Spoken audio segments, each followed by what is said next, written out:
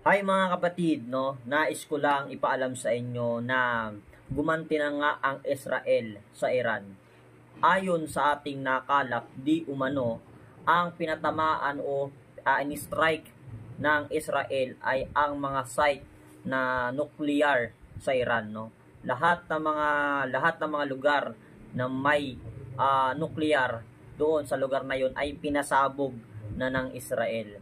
At ano ang indikasyon nito sa nangyari na to, na gumanti na nga, kung sakali na kung totoo na gumanti na nga ang Israel sa Iran, no? So matutal lang ibig sabihin nito, ang pinapahiwatig ng Israel ay hindi nyo kami pwedeng basta-basta lang aatakihin ng ganun-ganun na lamang. Alright? At nang umatake na nga ang Israel, ano na ang mangyayari? So, hindi naman pwedeng papayag din na ang Iran ay hindi atake, dahil ito ay magkakaroon ng parang thinking na hihina ang kanilang pwersa, dahil baka akalain ng mga kalapit bansa nila na hindi umatake o hindi uli gumanti ang Iran.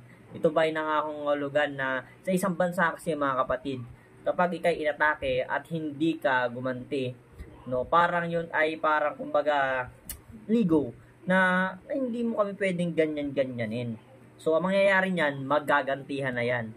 So itong pangyayari ito, at pag nagkabangayan na yan at na tuloy-tuloy na yung bangayan nila, maaari itong samantalahin din ng China sa tingin ko. Kasi pag inatake ng China ang Taiwan, pwedeng pumasok sa thinking nila na hindi matutulungan ng US ang Taiwan pag inatake, kasi pwede lang isipin na hindi naman pwedeng sabay-sabay ay supplyan ng US ang bansang sabay-sabay na nagigera. Katulad ng Ukraine, mga kapatid, tuloy-tuloy pa din ang gera doon.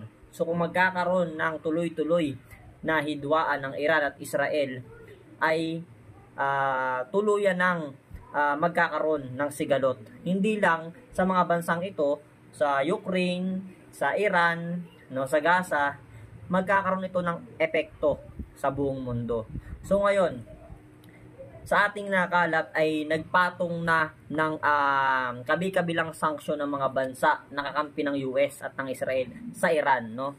So, ang magiging epekto nito ay mahihirapan ngayon ng Iran na gumawa ng yung mga tools nila o mga kagamitan katulad ng mga baril, no, ng kakailanganin, no, dahil sa mga sanksyon. Ngunit ito naman sa isang banda ay tinutulungan sila ng Russia at saka ng China.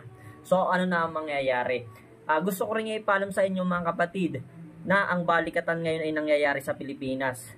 May balita din tayo na sasali na nga ang mga kalapit bansa natin na kumakampi sa atin, no, katulad ng Japan, ng Korea sa balikatan. So, mangyayari ang balikatan sa ating EEZ, sa